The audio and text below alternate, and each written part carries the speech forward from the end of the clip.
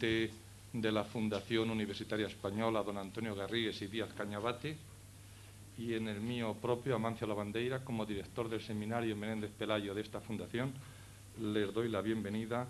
al curso sobre Hispanoamérica en su literatura. El curso se compone de 5 conferencias que se impartirán los jueves desde el 14 de enero hasta el 18 de febrero y va a estar a cargo del ilustrísimo señor don Lucrecio Pérez Blanco. Don Lucrecio Pérez Blanco nació en Mayorga, Valladolid, el 24 de diciembre de 1936, es profesor titular de universidad y pertenece al Departamento de Filología Española 4 de la Universidad Complutense de Madrid. Estudió en la antigua Facultad de Filosofía y Letras de la Universidad Complutense, donde se licenció con premio extraordinario, fin de carrera, y donde se doctoró también con premio extraordinario de doctorado. Ingresó en 1972 como profesor en la Facultad de Filología de la Universidad Complutense y hasta la fecha ha dedicado todos sus esfuerzos docentes e investigadores a la literatura hispanoamericana. En estos 20 años de servicio a la universidad, el profesor Pérez Blanco ha realizado más de 100 publicaciones, de las que debemos destacar 8 libros, bueno, ya 9, y numerosísimos artículos de investigación aparecidos en las más prestigiosas revistas nacionales y extranjeras. Entre sus libros merecen un especial punto de referencia la poesía de Alfonsina Storni y las interesantísimas ediciones de Laurentina, de Luis Cabrera de Córdoba, e Infortunios, de Alonso Ramírez, de Carlos de Sigüenza y Góngora. Y en el extenso panorama de sus artículos de investigación podemos apreciar, de una manera simplificada evidentemente, que comenzó interesándose por la poesía femenina hispanoamericana para pasar después a estudiar toda la poesía hispanoamericana, es decir, del Renacimiento a la vanguardia. Hacia 1977 comienza también a trabajar en el teatro y la novela para dedicarse, por último, a indagar los postulados estético-literarios que iluminaron las obras de los siglos XVI y XVII en Hispanoamérica. El profesor Pérez Blanco ha sido director de la revista La Ciudad de Dios, una de las más prestigiosas de nuestro país, y en la actualidad es secretario de Anales de Literatura Hispanoamericana y miembro del Consejo de Redacción de la revista Discurso de la Oklahoma State University.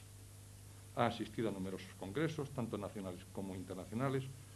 y ha sido contratado en varias ocasiones por distintas instituciones culturales norteamericanas, como son la Universidad de Auburn, la de Alabama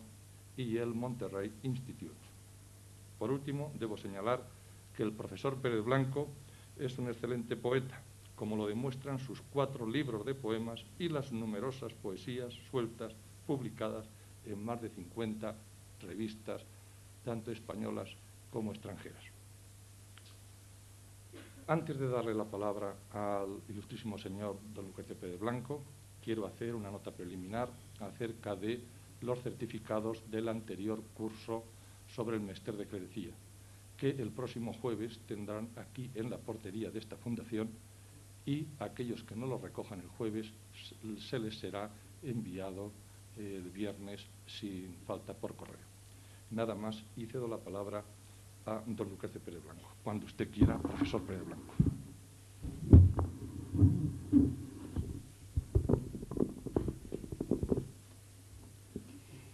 Antes de nada, yo quiero expresar mi gratitud a esta fundación, que no es la primera vez que me ha invitado a dar unas conferencias en esta magnífica casa, y también al director del seminario Menéndez y Pelayo, mi compañero y amigo don Amancio Lavandeira. Al mismo tiempo, quiero agradecer a mis alumnos de este curso,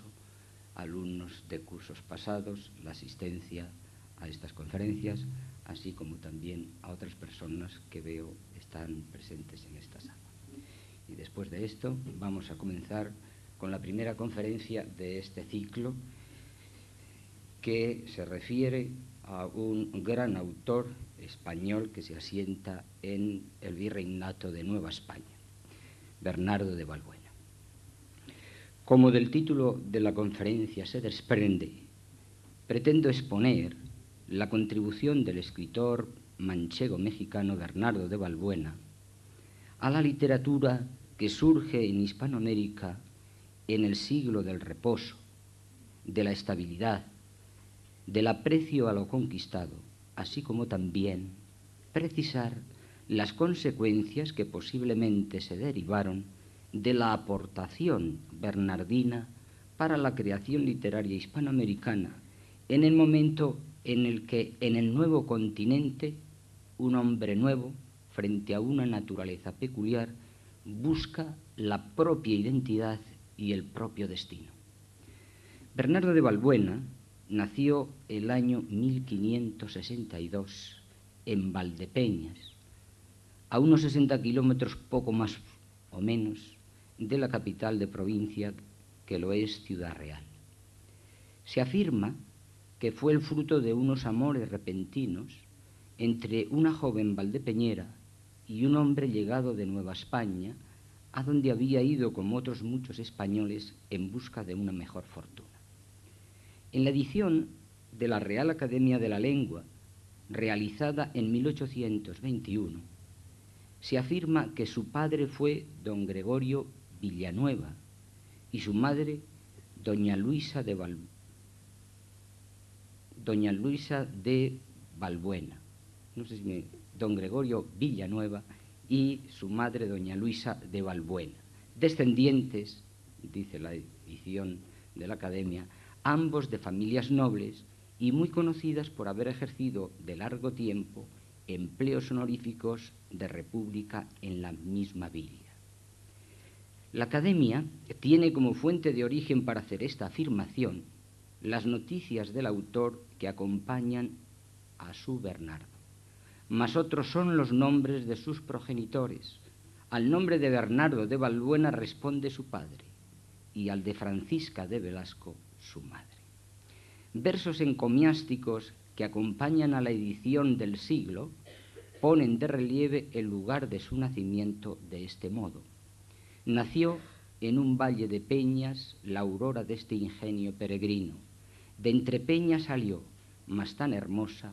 que al valle y a las peñas dio hermosura. Coloquemos a nuestro autor en su tiempo. Hermanado por el año de nacimiento con Lope de Vega, Bernardo empieza a andar cuando se pone en marcha la construcción del Escorial. El mismo año de su nacimiento comienza la explanación de los terrenos y el día 23 de abril de 1563 se coloca la primera piedra y echa sus cerrojos el Concilio de Trento, con la celebración de la sesión 17ª a la 20ª, cuya doctrina será el motor de la Iglesia durante más de 4 siglos y cuya fuerza, aún no sosegada en el mundo religioso, se deja sentir sobremanera en los 2 primeros virreinatos de la América española, el de Nueva España y el del Perú. 2 años tenía cuando su padre retorna a Nueva España, a México. Él permanece al lado de su madre hasta 1584, en que a sus 22 años consigue licencias para trasladarse a Nueva España y vivir al lado de su progenitor. Antes de su partida, ha podido leer Os Lusiadas de Camões, poema que había sido publicado 12 años antes, la Jerusalén libertada de Tasso, que se había presentado ante los admiradores del autor italiano en 1581, la introducción del símbolo de la fe, obra con la que Fray Luis de Granada venía a llenar el año 1582, la Perfecta Casada y la primera parte de los Nombres de Cristo, obras con las que el sabio teólogo, escriturista y poeta agustino Fray Luis de León sellaba las sienes temblorosas del año 1583. Y sobre todo, si nos atenemos al prólogo de su siglo de oro en las selvas de Erifile, se ha empapado de la luz estremecida entre amores buscados y perdidos de la literatura pastoril. San Nasaro, Teócrito, Virgilio y algunos españoles sabemos que fueron los preferidos. A su llegada al virreinato de Nueva España, se encuentra con el establecimiento de la Inquisición para instaurar en el virreinato el Tribunal del Santo Oficio. Se había elegido en 1571 a Pedro Moya de Contreras, quien, sucediendo a un tal Montúfar, se convierte en 1573 en arzobispo de México y en 1574 convoca concilio provincial para establecer la doctrina eclesiástica de acuerdo con las orientaciones que marcaban los cánones del Concilio de Trento. En 1572 habían llegado los jesuitas, proclamando con la fiebre de los ejercicios espirituales de su fundador que sólo una cosa es necesaria al hombre: salvar el alma. Proclama religioso espiritual esta que cala tanto en el ambiente de Nueva España que un siglo después es lo que mueve a Juana Ramírez de Asbaje, más conocida por el nombre de religión Sor Juana Inés de la Cruz, a refugiarse en el claustro. Entréme religiosa, dice Sor Juana, porque aunque conocía que tenía el Estado cosas, de las accesorias hablo, no de las formales, muchas repugnantes a mi genio, con todo, para la total negación que tenía del matrimonio, era lo menos desproporcionado y lo más decente que podía elegir en materia de la seguridad que deseaba de mi salvación. No debemos olvidar estos dos hechos, porque es con el Concilio de Trento, con su doctrina, con la que adquiere relevancia inmedida la gracia como don de fe, gracia santificante, por lo que el hombre se une a la divinidad al ser la gracia participación divina, y gracia actual por la que Dios ilumina al hombre. Y también porque si solo es necesario para el hombre el salvarse, todo lo que de esa metal y aparte, poco sentido ha de tener o debe tener para él.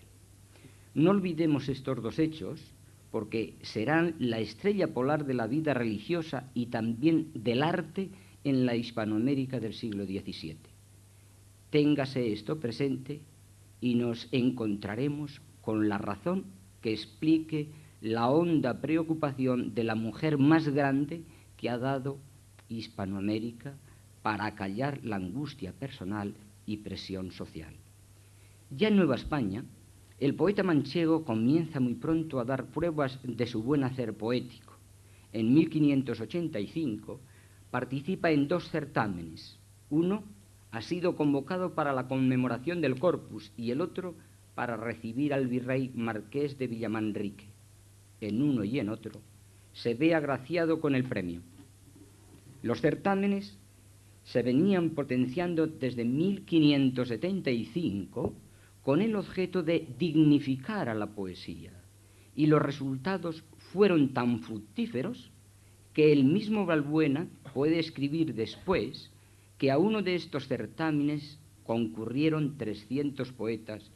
que es lo que quizá motivó al dramaturgo Fernán González de Eslava a dejar escrita también la famosa frase: hay más poetas que estiércol. No sabemos si con dicha frase el dramaturgo quiere resaltar la suciedad de la ciudad o la baja calidad de los poetas, o ambas cosas a la vez. Pero nos vale a nosotros para hacernos una idea de cuál era la obsesión artística que movía al hombre del virreinato de Nueva España: la poesía. En 1586, en la ciudad mexicana de Guadalajara, inicia los estudios eclesiásticos. Ya sacerdote, en 1592, es nombrado capellán de la Audiencia de Guadalajara, de donde pasa a hacerse cargo del curato de San Pedro de Lagunillas, y donde descubre y se estremece ante la indigencia, el olvido y la debilidad de carácter del hombre frente a sus semejantes. De ello dejará constancia en versos estremecidos y estremecedores. Gente mendiga, triste, arrinconada, que como indigna de gozar del mundo, está de él y sus bienes desterrada. Pueblos chicos y cortos, todo es brega, chisme, murmuración, conseja, cuento, mentira, envidia y lo que aquí se llega. Por estas fechas es cuando comienza a escribir el Bernardo. Antes En 1590 había vuelto a ser premiado en el certamen que se había celebrado para recibir al virrey Luis de Velasco. Muerto su padre en 1593 y con residencia en Guadalajara, es arrastrado por el embrujo de la Ciudad de México. A ella se escapa siempre que puede y tal vez cansado de la soledad en que tenía que vivir, se ausenta de su curato definitivamente. Pudiera ser que por estas fechas perdiera la ilusión por la vida apacible del campo, por la vida pastoril, y por consiguiente se sintiera con fuerzas para discutirle a la naturaleza el derecho a crear y a liberarse de la imposición de las 3 unidades fijadas por los maestros renacentistas para la creación literaria. Pudiera ser que de este tiempo sea la marginación del canon estético renacentista en su obra Siglo de Oro en las selvas de Erifile. ¿Por qué no pudo haber sido motivada esta marginación por el descubrimiento de la Ciudad de México, por cuyo embrujo, riqueza y esplendor es ganado para escribir después de haber terminado el Bernardo, su poema en tercetos encadenados Grandeza Mexicana, poema que aparecerá publicado en edición de Melchor Ocharte, junto al breve tratado de poética Compendio Apologético en alabanza de la poesía, en 1604? En 1606, nuestro ilustre escritor sale para la península. Ha muerto el arzobispo de México. Su meta es Madrid y después la ciudad alcarreña de Guadalajara. Balbuena sueña con el arzobispado de México, pero después de doctorarse de teología por la Universidad de Sigüenza, visitar su pueblo natal de Valdepeñas y la bella ciudad de Sevilla, y residir por un tiempo en Madrid, tal vez agilizando aquí la publicación del siglo, libro pastoril que aparecerá en 1608, solo consigue que se le nombre abad de Jamaica, a donde llega a finales de 1610. Balbuena seguirá soñando con ser arzobispo de México. Solo logrará el obispado de Puerto Rico, a cuya sede llega en 1623, después de asistir al concilio provincial de Santo Domingo, donde ha tenido que residir por dicha circunstancia durante 2 años. El año 1624 le depara la alegría de conocer la publicación del Bernardo Victoria de Roncesvalles, pero el año siguiente le ofrece uno de los peores tragos de su vida, puesto que su rica biblioteca es destruida en el incendio de San Juan de Puerto Rico a manos de los piratas holandeses. Es el último desengaño del aventurero sacerdote manchego. Un 11 de octubre, en San Juan de Puerto Rico, las campanas de sus iglesias lloraban anunciando a sus moradores la muerte de su obispo. Era el año 1627. Un año que vestía de luto los salones de la poesía. En el virreinato de Nueva España por la muerte del poeta nacido en Valdepeñas, en la península por la del padre del gongorismo, don Luis de Góngora y Argote. Les he expuesto con la mayor brevedad que me ha sido posible y dentro del contexto cultural del momento aquellos rasgos biográficos de Bernardo de Balbuena que son necesarios para medir o fijar la dimensión intelectual del escritor manchego. He de pasar a exponerle su pensamiento y postura creativa a fin de que ustedes puedan percibir y valorar su contribución, así como también las consecuencias de la misma para la literatura hispanoamericana. En primer lugar, quiero fijarme en el Balbuena innovador y para presentar ante ustedes precisamente al Balbuena innovador es necesario que nos enfrentemos a la primera obra que sale de sus manos. Se ha venido señalando a Grandeza Mexicana como la obra de Bernardo de Balbuena y como la obra americana que daba entrada al barroco en la literatura hispanoamericana y por tanto se ofrecía la fecha de 1604 como el punto de arranque. Hoy ya no podemos sostener esto, porque ese mérito o demérito le pertenece al mismo autor, sí, pero no a su poema Grandeza Mexicana, sino a su libro pastoril Aprendiz de Novela, Siglo de Oro en las selvas de Erifile. Es curioso que mientras en el título la Academia, como editor de la obra en 1821, da como esdrújula la palabra Erífile, en el texto de la misma edición, sin embargo, se deja escrita como palabra llana, Erifile. Bien, si el título respondiera, como es lo más probable, aún en decasílabo, habría que mantener la llana, Erifile.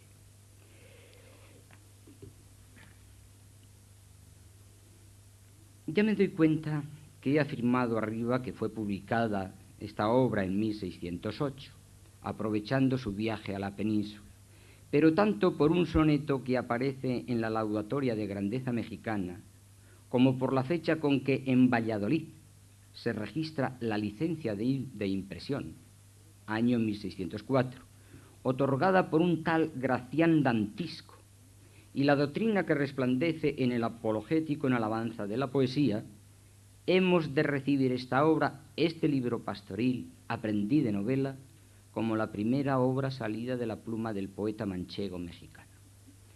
El licenciado Miguel de Zaldierna de Mariaca le ofrendó para su grandeza mexicana el soneto en que se recoge la existencia del siglo como anterior a aquella. Leo el soneto. Espíritu gentil, luz de la tierra, sol del Parnaso, lustre de su coro, no seas más avariento del tesoro que ese gallardo entendimiento encierra. Ya Erifile fue España, desentierra de ese tu Potosí de venas de oro el valiente Fernando, y con sonoro verso el valor de su española guerra. No te quedes en sola esta grandeza, danos tu universal cosmografía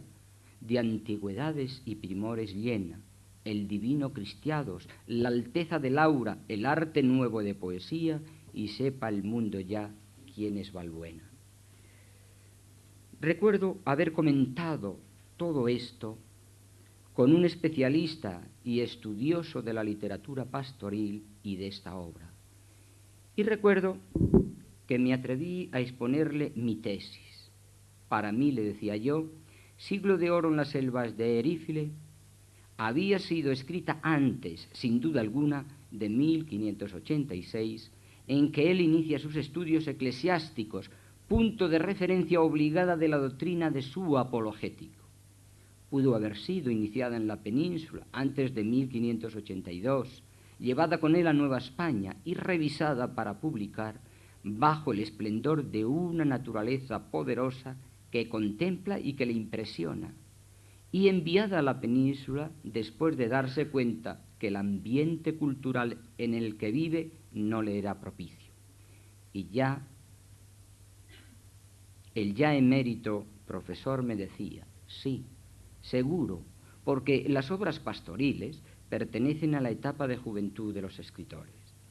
Uno de los orientadores del humanismo, Lorenzo Valla,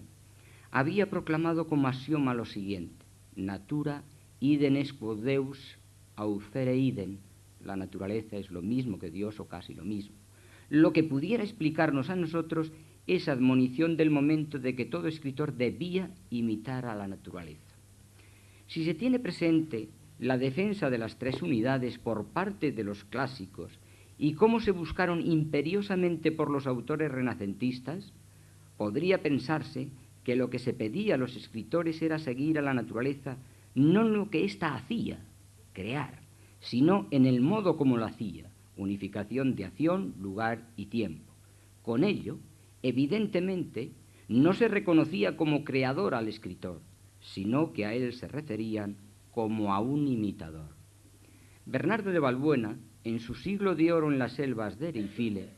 no parece conformarse con la labor de imitador y ser esclavo de las tres unidades. Y así, si no se puede afirmar que desprecia el canon estético renacentista, se toma la libertad de marginarlo, abriendo la creación literaria a una mayor libertad por parte del escritor, que de simple imitador se predica, se cree y se ve vicedios, o sea, creador. Nos metemos de lleno en su primera obra.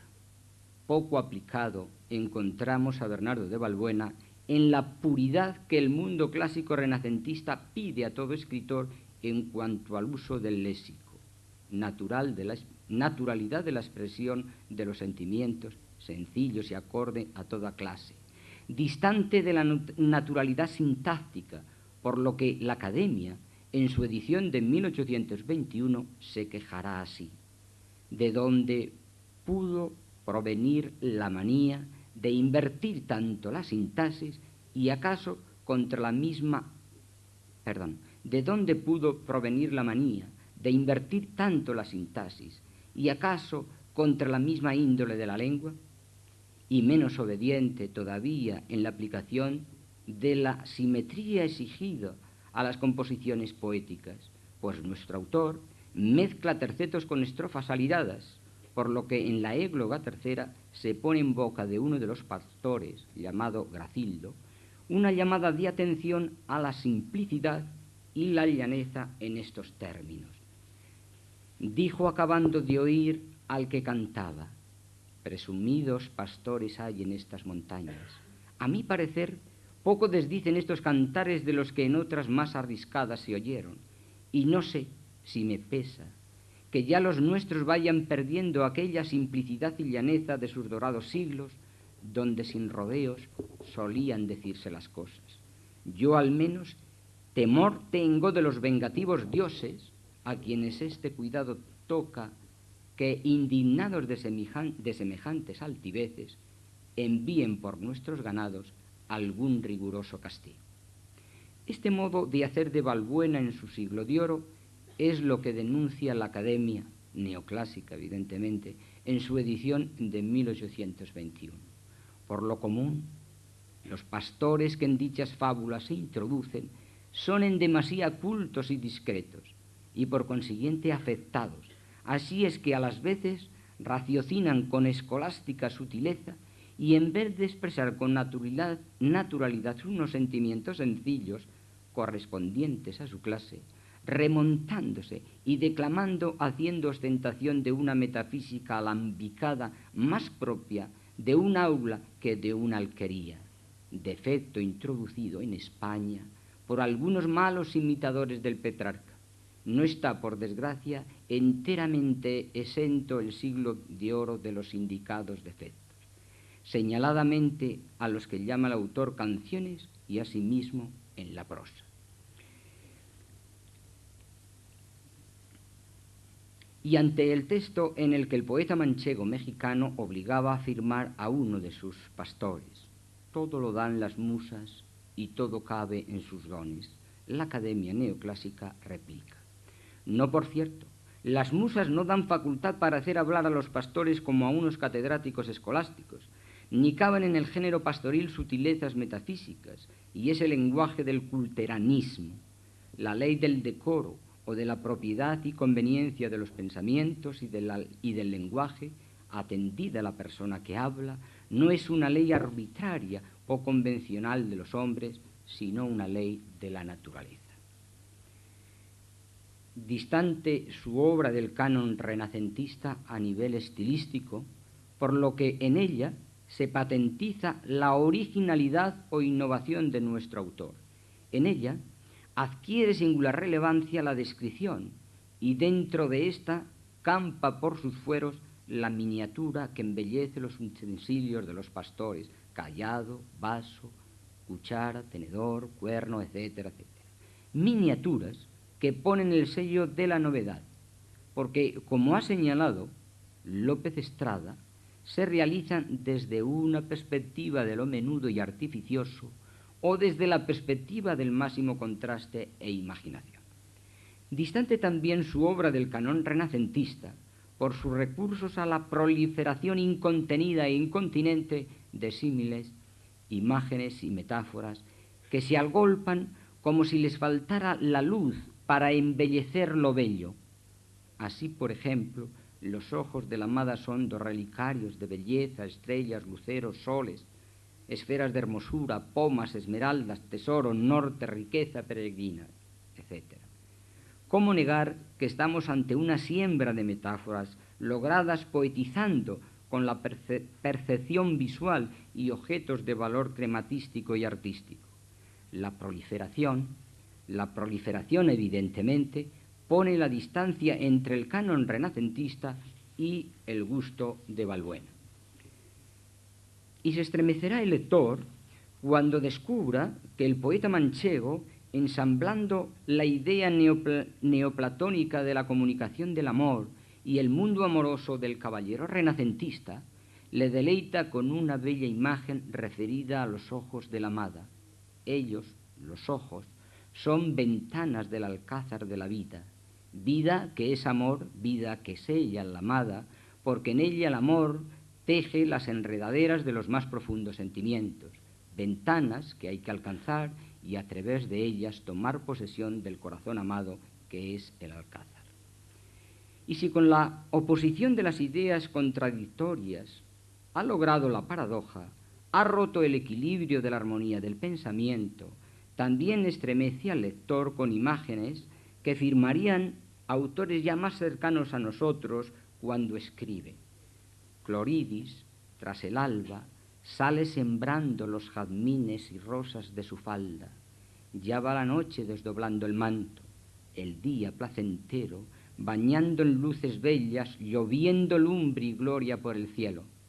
O esta deliciosa imagen referida a la boca de la amada, donde se prestidigita con el amor, el deseo y la pasión, puesto que esa boca es la boca soberana, conchuela en cuyos senos plateados un paraíso mora.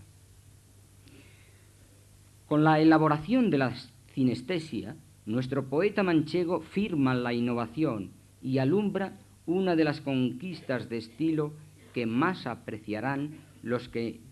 empeñaron sus sentimientos y su pluma con el modernismo. Se había descubierto la presencia de esta figura en grandeza mexicana, creada a base de mezclar las sensaciones de la vista y el olfato. Pero Balbuena la había ofrecido en principio ya en el siglo. Aquí se han trasladado sustituidas las sensaciones de la vista a las del oído y así podemos leer que luego sobre el oriente se oye la primera voz del lucero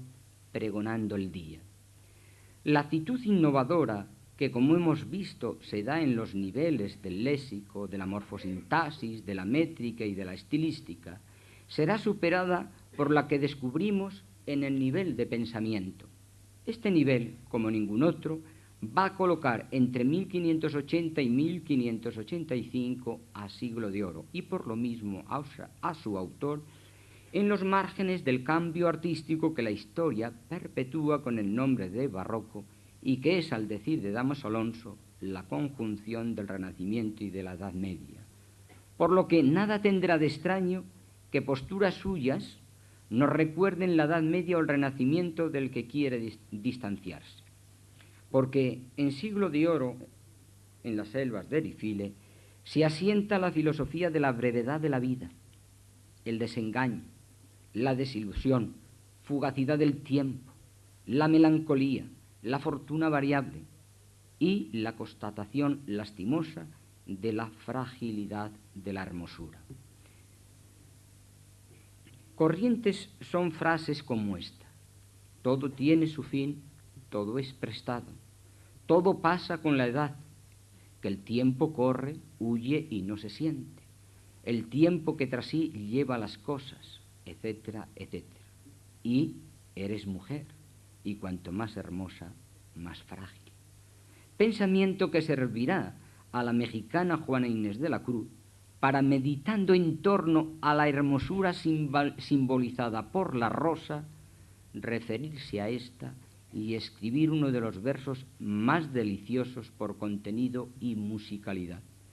Rosa divina que en gentil cultura,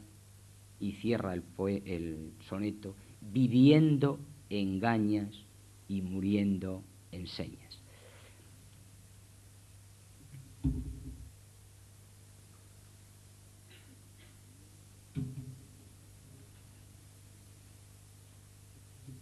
El crítico Avalle Arce, al referirse a esta obra de Balbuena en su libro La novela pastoril española, hace hincapié en el desmoronamiento del poder omnímodo de la naturaleza, en cuyo resultado es determinante la imaginación del autor, que enfrentándose al poder que en el mundo clásico se le ha dado a la naturaleza como guía de toda creación artística, impone las imágenes que ha elaborado con la ayuda de los sentidos al margen de lo que la naturaleza afirma.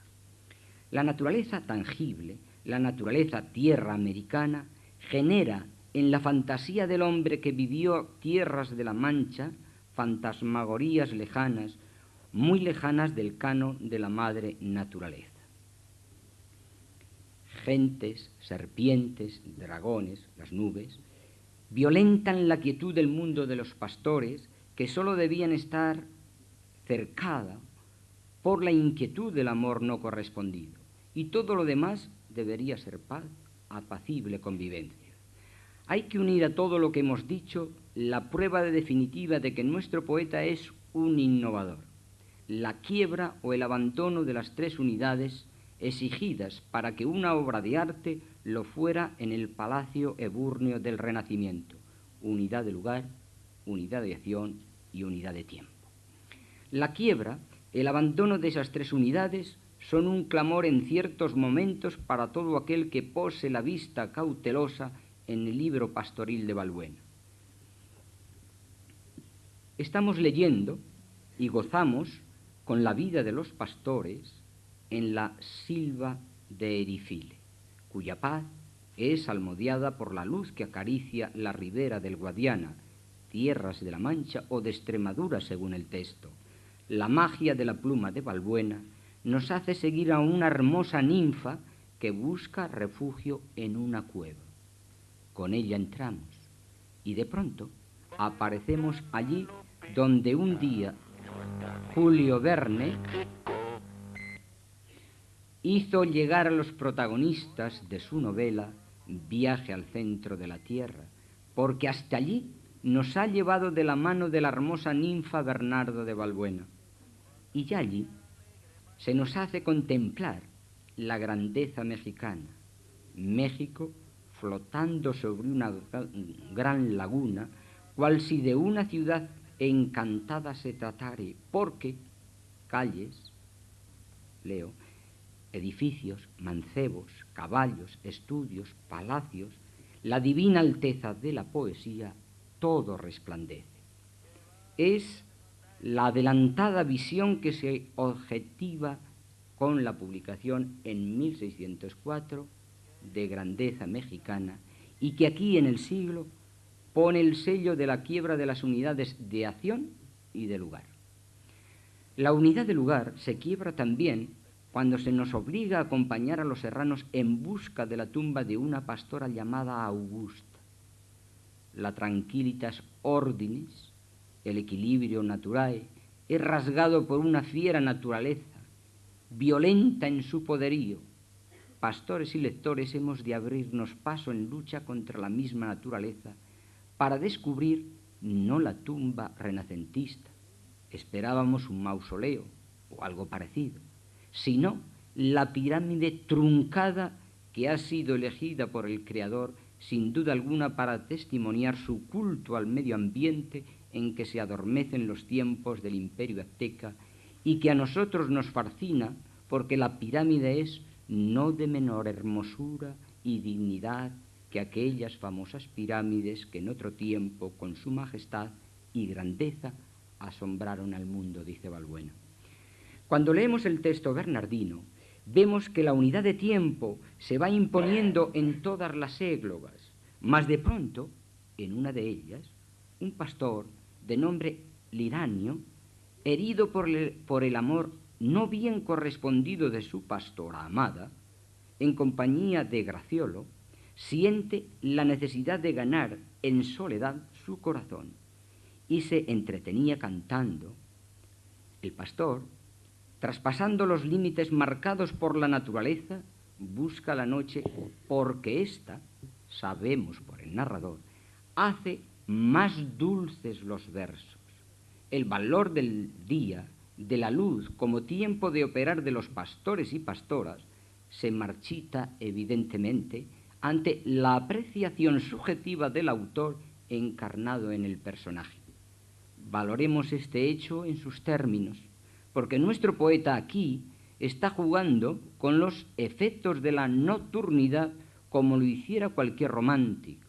pues si el verso de por sí transpira dulzura, el texto bernardino hace que la noche sobreañada deleite. Valoremos el texto en sus términos, porque es a la noche a quien Balbuena como el pastor enamorado atribuyen el milagro de la dulzura poética, porque es a la noche a quien se reviste con la magia de ganar sentimientos esquivos, con la magia del misterio, de cuyas entrañas emerge la amielación de los dulces versos. Y hay que valorar el texto en sus términos, porque no solamente se está restando valor a la doncella del sol, mientras se potencia la noche, sino que también se está magnificando el mundo interior, el del sentimiento, frente al mundo de los sentidos. Se está fijando como fuente de la percepción objetiva al día y a la noche, como fuente de la percepción existencial, como péndulo de la melancolía. Y esto es así porque el poeta, el yo del poeta, se siente con poderes para trascender el tiempo fijado por el orden natural renacentista e imponer el tiempo psicológico. El prologuista de la edición de la Real Academia, de edición de 1821, con su razonada condena de la obra por esas sutiles metáforas, ese lenguaje del culteranismo, porque la ley del decoro y de la propiedad y conveniencia de pensamiento y de lenguaje, atendida la persona que habla, no es una ley arbitraria o convencional de los hombres, sino ley de la naturaleza, se convierte por la vía de la negación en nuestro aliado, cuando defendemos la actitud innovadora del poeta manchego mexicano, puesto que el prologuista rechaza de la obra aquello que la aparta del canon clásico renacentista y que nosotros magnificamos precisamente como exponente de un nuevo canon estético que tendrá como fuente no a la naturaleza, natura idem est quod Deus aucere idem, de Lorenzo Valla, y sí al propio poeta creador, a quien la estética barroca hispanoamericana, en versos de una mujer escondida detrás del nombre de Clarinda, le asigna el poder de un vicedios. Quedó del hombre Dios enamorado, canta la poetisa, y dióle imperio y muchas preeminencias por vicedios, dejándole nombrado. Como hemos visto, ya en el siglo de oro en las selvas de Erifile, nuestro poeta manchego nos muestra la voluntad de alejarse, de no acatar las leyes estéticas del Renacimiento, y nos hemos referido a unos recursos a nivel de estilo, metáforas, imágenes, sinestesias, que el autor ha buscado no con otra intención que la de embellecer lo bello, por lo que evidentemente se nos muestra asomado a las ventanas del barroco. Sin embargo, donde Bernardo de Balbuena se nos presentará como más original, como promotor de una nueva estética, como maestro y guía del arte y del creador hispanoamericano, es en su tan breve como importantísima obra, Compendio Apologético en Alabanza de la Poesía, que matrimonió con su grandeza mexicana cuando publicó esta en 1604. El compendio nace por la necesidad de justificar ante algunos que han conocido el texto antes de que se diera la imprenta, que su grandeza mexicana se haya escrito en verso. Pensaban algunos que la poesía manchaba el lugar al que se refería el poema y el nombre de la persona a quien también se cantaba. Más que una digna ofrenda, era una afrenta a la Ciudad de México y a su prelado. Leemos en su texto: por la sola variedad que es dote de la hermosura y algunos escrúpulos de gente que, llevadas quizá de la demasiada afición de mis cosas, les pareció se menoscababa el lugar y nombre que pudieran tener imprimiéndose éstas en el mío, por estar en su opinión el de poeta tan disfamado en algunos sujetos que apenas ha quedado rastro de lo que otro tiempo fue, por satisfacer estos achaques y otros temores y sospechas de gustos demasiadamente melindrosos, digo que la poesía es digna de grande cuenta, de grande estimación y precio, y ser alabada de todos, y generalmente lo ha sido de hombres doctísimos. Lo que se plantea como justificación se convertirá en un auto de fe en la poesía, en una divinización de la misma y en un endiosamiento del poeta, siempre claro que el poeta acepte unas normas, se mueva dentro de unas coordenadas. Bernardo de Balbuena acepta que la forma debe adecuarse al contenido, pues de no ser así, en el caso de que el contenido fuera cubierto por una forma harapienta, aquel quedaba mancillado por su causa. Reconocida estaba la dignidad del lugar y reconocido el nombre del sujeto a quien se honraba, el prelado. Había, pues, que demostrar que contra la opinión un tanto generalizada en un estrato de la sociedad que la poetisa peruana Clarinda en su discurso en loor de la poesía llama vulgo, la poesía merecía todo respeto y dignidad porque ella era lo más grande, lo más valioso que podía poseer el hombre. Así, el apologético en alabanza de la poesía no sólo se presenta como una simple formulación apologética, sino como una tesis a defender y probar por el Balbuena comprometido con el movimiento en favor del culto a la poesía que se hace notar en torno a 1575 con la creación de certámenes poéticos, y por el Balbuena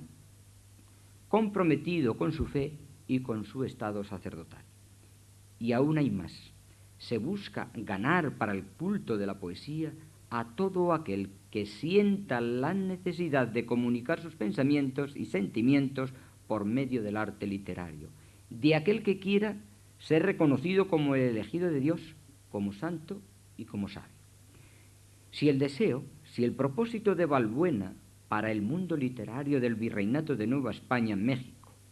y el de Clarinda para el Virreinato del Perú logran lo mismo, la poesía se convertirá en diosa y hará que los escritores, prendidos todos en el brillo de su armonía, se olviden de otros géneros, dejen a un lado aquellas obras, la novela por ejemplo, que se condenan por no ser el mejor medio para llevar el hombre a la divinidad. La tesis de Balbuena quedará planteada en los siguientes términos. La poesía es digna de grande cuenta, de grande estimación y precio y de ser alabada de todos. Como si se tratara de un acto académico en un aula escolástica donde se fuera a defender una proposición o tesis filosófica o teológica, nuestro poeta, para demostrar lo cierto y acertado de su tesis, se basará en la esencia misma de la poesía, en la antigüedad de su culto y en el principio de autoridad en torno al valor y estima reconocidos a la poesía por los sabios que en el mundo han sido. En la prueba que se muestre quedará expuesta la poética en la que Balbuena cree y a la que incita a todos los contemporáneos. Revistiéndose de un prestigio humanístico, como era debilidad de la época, al apoyarse en Beroaldo,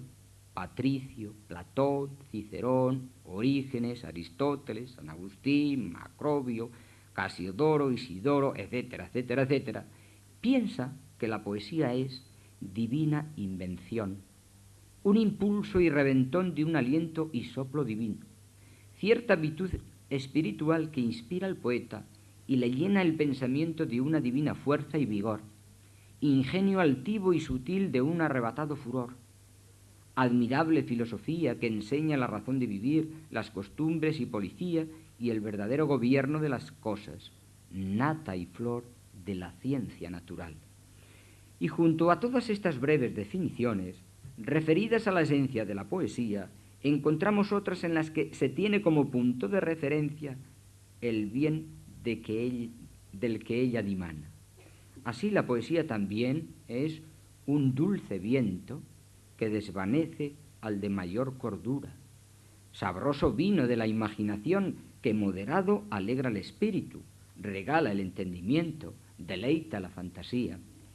Es evidente, por lo que acabamos de exponer, que la poesía es presentada por nuestro poeta manchego mexicano revestida de un carácter divino, lo que en buena lógica suponía tanto para el que lo afirmaba como para sus contemporáneos que así lo creían, el asignar a la poesía el más alto valor y por lógica el motivo del más digno aprecio. Ahora bien, con el fin de que sus contemporáneos, que están rendidos en razón y corazón a los postulados de la doctrina cristiana, aupada a los más altos anaqueles de la divinidad por las enseñanzas del Concilio de Trento, prenda de un modo irresistible la poesía, Valbuena transporta ese carácter divino con el que ha investido él y los antiguos a la poesía al plano religioso en el que se asienta su fe y la de sus contemporáneos. Y así, como el mundo religioso hebreo es punto de arranque del cristianismo o de la historia de la redención, o lo que es lo mismo, de la historia de la gracia, así ese mundo religioso hebreo es colocado también como punto de arranque de la poesía. Por dicha razón, podemos leer en su compendio apologético en alabanza de la poesía lo siguiente: porque la poesía y las demás letras las aprendieron los griegos y latinos de los hebreos, como lo dice Eusebio, y San Isidoro y la Edmacio, donde dice que antes de la fundación de Troya, antes de la navegación de los argonautas, antes de los Juegos Olímpicos, antes de los muros de Tebas, antes de Orfeo, de Arión y Safo, ya Moisés y Débora y la madre de Samuel y David habían compuesto versos y cantado himnos a Dios, de cuyas divinidades profanaron mucho los antiguos en sus poesías, como lo atestiguan Josefo, Justino, Orígenes, Lactancio, Eusebio, y lo refiere Laedmacio y Eugubino. Así quedaba fijado el valor ontológico de la poesía, y hemos de admitir, por el escenario, actores y espectadores de que se acompaña, condicionará, con ese propósito lo ha hecho Valbuena, a quien se decida a ir por el camino del arte literario, y se le condiciona a echarse en manos de la divina diosa la poesía, porque se le ha representado esta conectada con la gracia. Se la ha ofrecido la poesía hecha gracia, o sea, se le ha ofrecido el tesoro más preciado por la sociedad mexicana de los siglos XV, XVI y XVII, a causa, como ya he indicado, de los postulados tridentinos. La presentación de la poesía hecha de esta manera podía ser suficiente para que el hombre espiritual se moviera en la dirección pretendida, pero quizá haya pensado también Valbuena, podría no serlo para el hombre deseoso de un tesoro que llenara los sentidos del cuerpo y por ende fuera moneda de oro también para el cuerpo. Es la razón, para mí, de que el poeta manchego ofrende a sus contemporáneos el valor social, o sea, los provechosos frutos de la poesía, y lo hace de la misma manera que cuando les vende la definición ontológica, asentándose en el prestigio humanístico que se deriva de los nombres de Aristóteles, pitagóricos, platónicos, Quintiliano, Jámbico, Boetio, Plutarco, San Agustín, Véneto, etc. Con ellos, que equiparan algunos la poesía a la música, afirma que la bella doncella de las letras es agradable a todas las edades, naciones y usos de gentes, poderosa a componer y corregir las costumbres y mover los efectos por cierta correspondencia, conformidad y trabazón natural que dentro de nosotros tenemos con la armonía de los versos y la música. Una admirable filosofía que enseña la razón de vivir, las costumbres y policía y el verdadero gobierno de las cosas. La poesía es el lenguaje de los dioses, ya que si los dioses, dice él, hubieran de hablar lenguaje humano, fuera en poesía, linaje divino, perfecciona la tierna y tartamuda boca del niño. Era la poesía también el espejo donde se reflejaba la cultura del hombre, porque musarum chorus adeo innominum coetum dimissus est, ne terrenus mundus videretur inculcior, si modulorum dulcedine caruisse. Traduzco. El coro de las musas fue enviado al Congreso de los hombres, al mundo, para que la tierra no pareciera más inculta si carecía de la dulzura de las modulaciones. Por dicha razón, torpe cosa, dice él, es no saber música como no saber letras. Aquí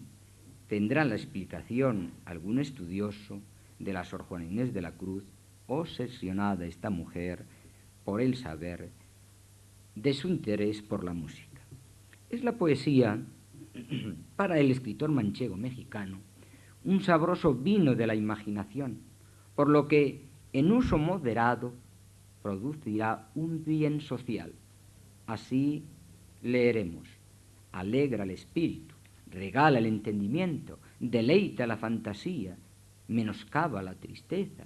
y da un perpetuo y maravilloso gusto a sus profesores, que, como dice el refrán, quien canta sus males espanta. Y ella es alivio y entretenimiento a otros cuidados más graves,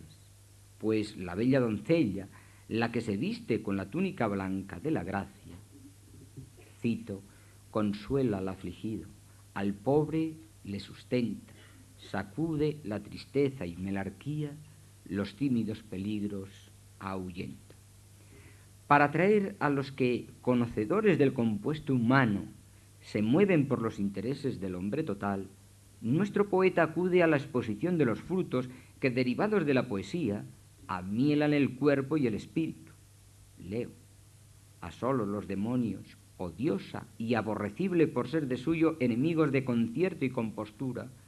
al fin ha sido y es la poesía, desde el principio del mundo, alegría solaz suyo, tan agradable y dulce que con su deleite compone el espíritu, mitiga la ira, alivia los trabajos, acompaña en la soledad y, como dice Macrobio, despierta la virtud, recrea los miembros humanos. A todos deleita y agrada, a los caminantes por el desierto, al pastor tras el ganado, al marinero en el timón, al pescador entre sus redes, al oficial en sus tareas, al regalado en sus convites, a la monja en su clausura, a la doncella en su labor, al galán en su devaneo, al religioso en su coro. A todos hace compañía, a todos regala y consuela, a todos agrada y levanta el espíritu. Después de esto, ¿cómo el hombre contemporáneo de Valbuena podía dudar de la dignidad de la poesía? Además, daba fe también de su bondad, de su alto valor por esencia, de su dignidad, su antigüedad en el ser, en la estimación y en el culto de la misma por parte de los hombres, de la Iglesia y de la misma divinidad, que, al decir de San Agustín, al que cita Valbuena, creó el mundo tal cual si de un hermosísimo verso, compuesto y adornado de unas admirables contraposiciones, se tratara. Y desde el principio de la creación, escribe el gran poeta manchego, crió su capilla de músicos y poetas celestiales, esto es, de espíritus angélicos y divinos, que sin cesar ni cansarse de tal oficio, le dan y darán eternamente músicas y alabanzas. Y es razón, seguirá afirmando Valbuena, de que las divinas letras estén llenas de himnos, cánticos y versos de suave y altísima armonía y consonancia. De su dignidad dan fe, por su estimación y honra ofrecida a la poesía, papas, cardenales y obispos, reyes, nobles, príncipes humanos, preclaros poetas españoles, y los nobles, enfatiza nuestro poeta manchego, de nuestros occidentales mundos. Y de su dignidad dan fe también con la aplicación a la misma, y por ende son ejemplos precarios a seguir, según Balbuena, por el escritor del siglo XVII, Gregorio Nacianceno, que disputa en verso del matrimonio y de la virginidad, Ambrosio y Tomás de Aquino, que compusieron himnos que hoy canta y celebra la Iglesia y los recita en sus horas canónicas, Juvenco, Venancio, Sedulio, Prudencio, Jerónimo Vida y otros que escribieron el nacimiento, vida, milagros y evangelio de Cristo en verso. Hemos de considerar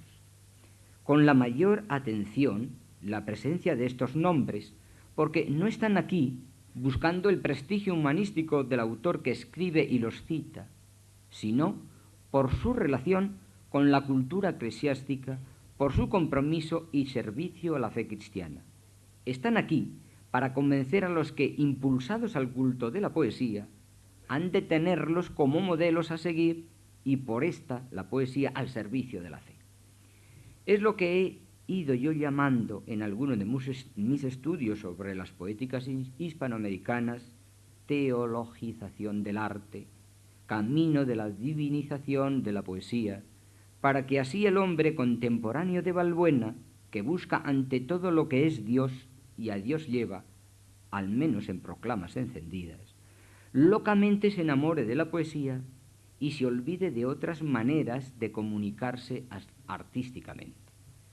Escuchemos atentamente las palabras con las que el poeta mexicano Valdepeñero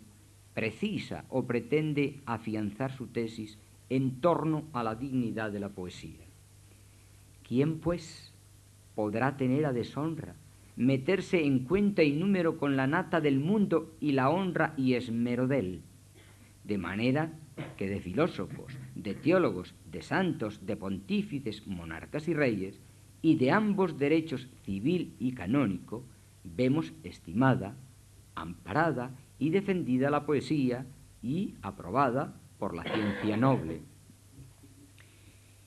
Y si era así, ¿por qué entonces había esa reserva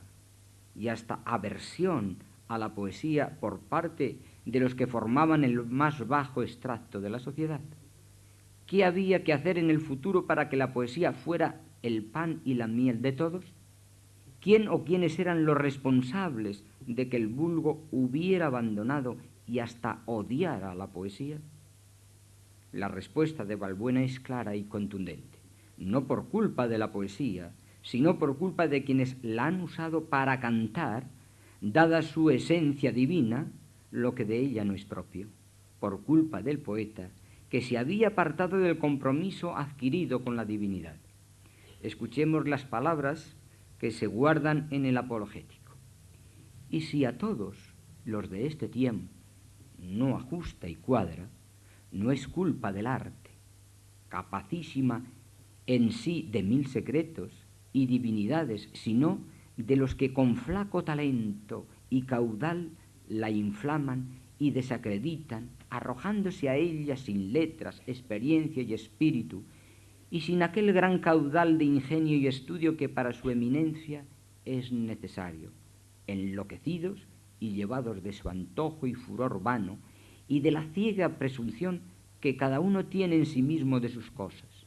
y porque ninguna hay más atrevida que la ignorancia, y al fin esta sola es la que a fuego y sangre le hace la guerra con mil estragos y desenvolturas,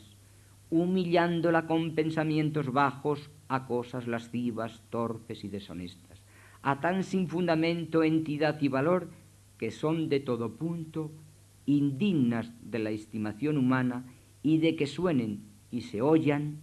en oídos honestos y graves. El poeta manchego mexicano apostilla que al fin cada una, se refiere a la copla, será conforme al sujeto que tuviere, divina si fuera divino, honesta y grave si el sujeto fuera grave y honesto, o lasciva, humilde y torpe si tratare cosas tales.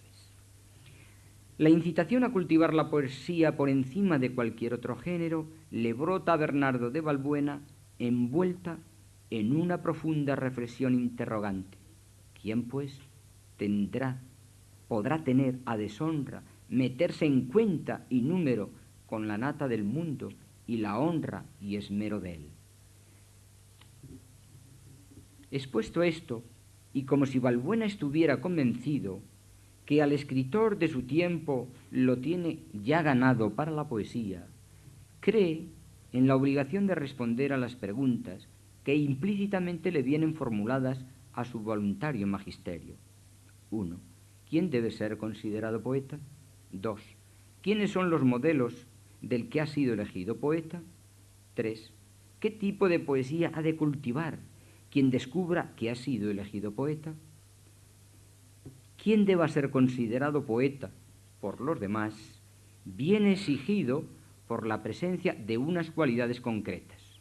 Y las cualidades que según Bernardo de Balbuena deben adornar al poeta, que de antemano ha de ser no un voluntario, y sí un elegido de Dios, ingenio soberano, ser sobrehumano, voz o palabra transida de divinidad,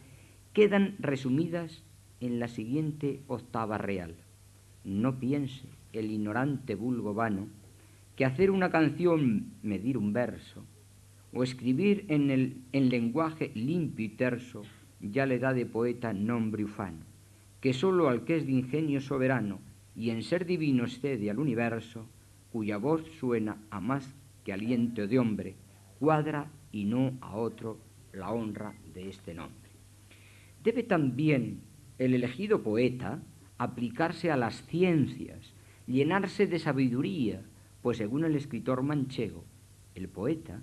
tiene obligación a ser general y cursado en todo, en prosa y en verso, en uno y en otro género,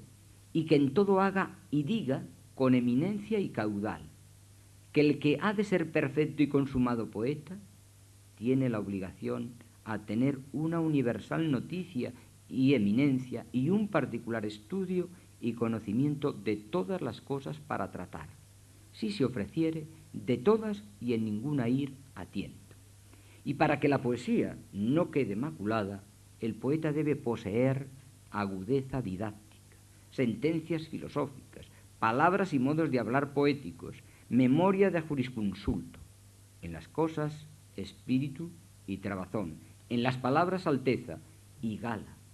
En las acciones, viveza y hermosura. Lleno ya el poeta de sabiduría, quiere Balbuena que se acerque con temblor emocionado a la poesía y escogiendo entre las tres clases de poesía que existen, divina, honesta, lasciva y esta a su vez humilde y torpe, y aplicándose al culto de una de ellas, sea él mismo quien se autocalifique como poeta. El poeta manchego, maestro una vez más, oficiará ante sus contemporáneos como tal y les indicará cuál de estos tres tipos de poesía es el mejor, el menos malo, y aquel del que deben huir para llevar con dignidad el nombre de poeta. Cito: las autoridades de los filósofos y santos, todas ellas militan y hacen guerra contra el mismo linaje de poesía que yo abomino y repruebo, esto es, contra la lasciva, torpe y deshonesta, y que no tiene aquellos requisitos y partes de gravedad, honestidad, altivez y espíritu que se requiere. En otro lugar del compendio apologético podemos leer estos versos dirigidos a quien se comprometa con la poesía. No se haga común que es torpe cosa, ni trate siempre en coplas que bajeza haga pocas y a honradas ocasiones, que esta tal poesía es generosa y es otro coplear propia torpeza de groseros ingenios macarrones. Hay que aceptar como obvio que tanto el discurso en loor de la poesía de la poetisa peruana que se esconde detrás del seudónimo de Clarinda, como el compendio apologético en alabanza de la poesía de Bernardo de Balbuena, o son notarios de un sentir que envuelve a la sociedad de su tiempo, o están creando ese sentir en los términos que quedan expresados. Sea lo uno, sea lo otro, a nosotros nos da pie para la suposición razonada. ¿Quién dentro de la sociedad de la Nueva España del siglo XVII y ante esta incitación a cultivar la poesía, no se aplicará apoyándose en todos los medios a mano, a ser considerado por todos un elegido, un sabio, un ser sobrehumano, un mago de la palabra, la nata del mundo y esmero de él, y quien, por el contrario, dentro de esa misma sociedad, se atreverá a pasar por un poeta necio, torpe, lascivo. Bernardo de Valbuena ofrece modelos a seguir. Todos pertenecen al campo religioso. Algunos son los verdaderos padres de la poesía más sublime y a la que se debe tender. Isaías, Jeremías, David, Salomón, la Virgen María. Sobre todos ellos, para Valbuena está David, que es presentado como espejo donde mirarse. ¿Quién, pues, con la autoridad de tan gran poeta, no tendrá de hoy más en gran veneración su nombre y su profesión, en mucho para no humillarla a cosas rateras y humildes, pues tan capaz y suficiente es para las grandiosas y altas? Podemos pensar en buena lógica que si Valbuena está presentando a todos estos autores como los verdaderos modelos y a la poesía que ellos componen como la que encierra toda verdad y belleza, es que estamos asistiendo a la entronización de la poesía al servicio de la fe que profesaba el poeta manchego mexicano. Es evidente que la intención del poeta de Valdepeñas es, dado que la poesía proviene de Dios, el afirmar que ésta, la poesía, es el don más sublime que el hombre puede poseer, y que su intención es también el incitar al culto de una poesía no sólo que no aparte de él, sino que a él directamente lleve. Para Bernardo de Valbuena, si se cumple con lo hasta aquí expuesto, tanto la poesía como su hacedor el poeta alcanzarán la luz inextinguible de la eterna memoria, puesto que según sus versos todo se acabará con los diversos cursos del tiempo, el oro, los vestidos, las joyas y tesoros más válidos, y no el nombre inmortal que dan los versos. Solo resta ya reflexionar sobre las consecuencias de este compendio apologético para la literatura hispanoamericana del siglo XVII. Muévese la literatura hispanoamericana del siglo XVII, presentada a nosotros con el sobrenombre de barroco, dentro de una tendencia al desengaño, a la contención. Y dentro de esto se deja notar la cuasi ausencia de la novela que viene ya del siglo anterior. He dicho cuasi ausencia, porque, como he probado en varios trabajos, y veremos el próximo día, en 1690 el autor mexicano Carlos de Sigüenza y Góngora, apoyado en postulados de la Ilustración y en una técnica que ha tomado de la novela griega, alumbra su obra Infortunios de Alonso Ramírez, que, considerada por casi todos como una obra de carácter histórico, para mí es la primera novela hispanoamericana. Desasosegado el crítico y estudioso de la literatura hispanoamericana ante la irrelevancia de la novela en los siglos del Renacimiento y del Barroco, trató de explicar y explicarse tal hecho. Surgió la palabra sabia del maestro Pedro Enríquez Ureña, quien, basado en los decretos reales de 1531 y 1543, en los que se prohibía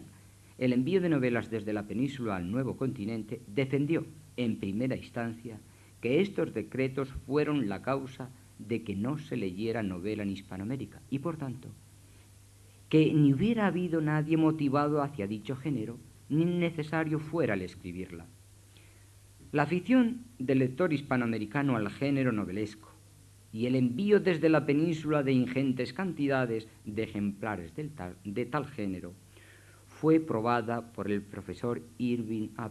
Leonard con la publicación de varias obras, entre ellas la que lleva el título Las novelas de caballería en las Indias, publicada en California en el año 1933. La rectificación del maestro Enríquez Ureña no se hizo esperar, y en su obra las corrientes literarias en la América hispánica, escribía así: investigaciones recientes, especialmente las del profesor Irving A. Leonard, han demostrado que las novelas se enviaban de España a América en grandes cantidades y que aquí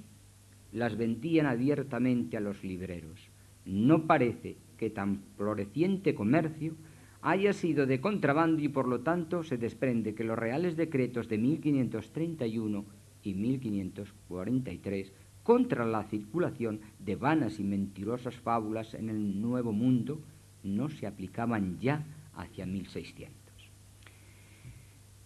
Si no eran los decretos los causantes de esa cuasi ausencia, había que buscar, me dije a mí mismo ya en 1979, había que buscar otra causa. Había que ir en busca de la verdadera razón por la que los escritores de la Hispanoamérica de los siglos XVI y XVII no se sintieron atraídos hacia la novela y sí hacia la poesía, y ésta, marcada con el signo de servidora de la fe o cantora del amor limpio y honesto, y huyendo de la copa lasciva, torpe y deshonesta, preocupación que alcanzó a Sor Juana Inés de la Cruz y cuya marginación usó para defender la poesía cultivada ante Sor Filotea de la Cruz. Confieso, decía Sor Juana, desde luego mi ruindad y vileza, pero no juzgo que se habrá visto una copla mía indecente. Desde el primer momento en que me encontré con este casi enigma, pensé que la respuesta estaría en algún texto de la época y así me puse manos a la obra. La luz me vino de la poetisa peruana escondida detrás del seudónimo Clarinda, de la que se conserva el poema titulado Discurso en loor de la poesía, y que fue publicado en 1608 por el sevillano Diego Mejía de Fernán Gil, en su primera parte del Parnaso Antártico, y antes del poeta manchego mexicano nacido en Valdepeñas. La razón de esa cuasi ausencia queda justificada a la luz de la doctrina del compendio apologético del arzobispo de Puerto Rico. Bernardo de Valbuena, con todo lo que hemos expuesto, nos facilita la razonable deducción. Cierro esta disertación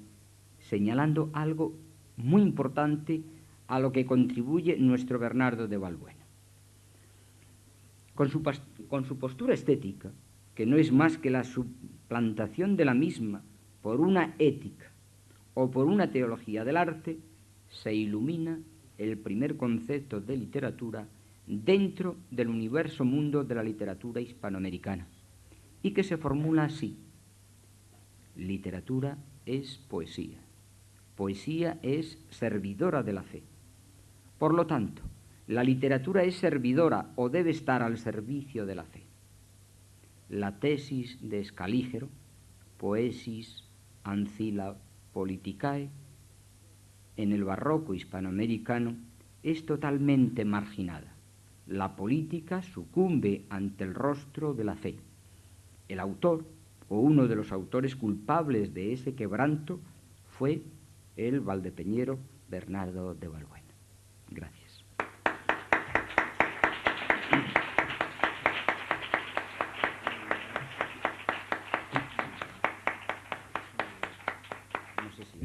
Se levanta la sesión. Buenas noches.